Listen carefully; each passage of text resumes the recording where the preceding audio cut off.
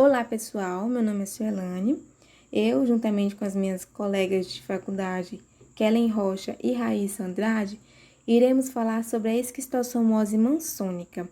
Neste trabalho, nós vamos enfatizar a abordagem de fatores mais relevantes associados à doença e assinalar os seus principais pontos, como a classificação, as formas de transmissões, aspectos clínicos, diagnóstico e tratamento desta doença. A esquistossomose mansônica é uma doença parasitária causada pelo agente etiológico Esquistossoma mansoni. É uma doença que é conhecida popularmente como barriga d'água e ela é uma doença que inicialmente ela é assintomática, ou seja, não possui sintomas, mas que em alguns casos pode evoluir para formas clínicas extremamente graves e podendo levar ao paciente ao óbito. Essa doença ela possui um hospedeiro definitivo e intermediário. O hospedeiro definitivo é o homem, ou seja, nós seres humanos, que podemos carregar esse agente etiológico, né, através das fezes, e caso ela seja excretada em um ambiente ao ar livre, através da chuva, posteriormente, ela pode se alastrar, né, por todo o solo, e aí contaminando todos que entrarem em contato com essa parte que já foi infectada. E o hospedeiro intermediário são os caramujos gastrópodes. Esses animaizinhos aí esse animalzinho que vocês podem estar vendo no canto inferior esquerdo da tela. É um tipo de caramujo que ele, no caso, é o hospedeiro intermediário, ele carrega o agente etiológico, mas ele não adoece. Mas através dele é transmissível, né, nos igarapés, nas partes mais ribeirinhas, ele transmite para a água começa da água surge as cercárias, que contamina as pessoas, né, as cercárias que são os contaminantes principais das pessoas e através das pessoas acabam contaminando o ambiente ou quaisquer outros objetos ou outras pessoas que percorrerem pelaquele ambiente que já vai estar contaminado. Os aspectos clínicos evidenciados através desta patologia são dores abdominais atípicas, ou seja, não são iguais àquelas mais comuns, como cólica, dores por infecções intestinais, então são umas dores abdominais bem diferentes. Além disso, ocorrem alterações das funções intestinais e sensação de peso ou desconforto na parte abdominal, né, na parte esquerda, né, devido ao crescimento do baço. Em casos mais graves, pode ocorrer hemorragia digestiva com a presença de hematêmese, que significa saída de sangue pela boca, ou seja, vômito de sangue. E ao exame físico, o fígado encontra-se aumentado e o baço endurecido de forma indolor à palpação. Aluna Raíssa, vamos falar sobre o modo de transmissão, o período de incubação e o período de transmissibilidade.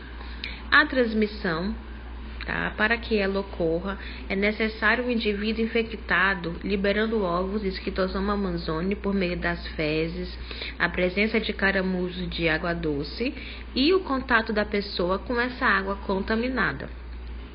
Quando a pessoa entra em contato com essa água contaminada, as larvas penetram na pele e ela adquire a infecção. O período de incubação é em média de 2 a 6 semanas após a infecção. E o período de transmissibilidade, a partir de 5 semanas após a infecção, o homem pode excretar ovos viáveis do Esquistossoma mansoni nas fezes, permanecendo assim durante muitos anos. Os caramujos infectados liberam cercárias durante toda a sua vida, que varia de semanas até 3 meses. Portanto, a transmissão do Esquistossoma mansoni depende da presença do portador humano, eliminando ovos do parasito nas fezes, da existência do hospedeiro intermediário, que é o caramujo, e finalmente do contato do homem com água contendo cercárias de Esquistossoma mansoni. Então, assim, uma vez o homem infectado, ele pode continuar eliminando ovos por vários anos. se ocorrer a reinfecção, particularmente nesse caso. Mas o que ocorre? Muita gente é assintomática e aquelas com sintomas podem ser apresentados na fase aguda ou na fase crônica. Então, pessoal, eu vou continuar falando da esquistossomose mansônica. Eu vou falar do diagnóstico. Meu nome é Kellen. Os métodos laboratoriais utilizados no diagnóstico da esquistossomose, eles podem ser classificados em duas classes, que são os diretos e os indiretos. Os métodos diretos, eles detectam o parasito, suas partes, os ovos, as substâncias antigênicas ou também os fragmentos celulares, sendo os exames mais frequentes o de fezes, que é o EPF, a biópsia retal, pesquisa de antígenos circulantes e também a PCR, que é a reação de polimerase em cadeia. Já os métodos indiretos, eles dependem de marcadores bioquímicos e imunológicos associados à infecção. E os mais frequentes são os exames ultrassonográficos, os exames de ultrassom, e os testes imunológicos de reação intradérmica, ou também sorológica. Então, o diagnóstico laboratorial básico, ele consiste na realização de exames cropológicos, ou seja, os exames de estudo de fezes. E ele é preferencial com o uso de técnicas quantitativas de sedimentação. E o tratamento consiste na utilização de medicamentos específicos para a cura da infecção. Existem 2 medicamentos disponíveis para o tratamento de crianças e adultos que são portadores da infecção esquistossomose. São eles o praziquantel e a oxaminiquina. Dentre as reações adversas desses medicamentos, são leves, que podem ser observados, são náuseas, tonturas, e os efeitos colaterais, eles também são leves. Não existe evidência de que provoque lesões tóxicas graves no fígado ou também em outros órgãos. Ainda não existe.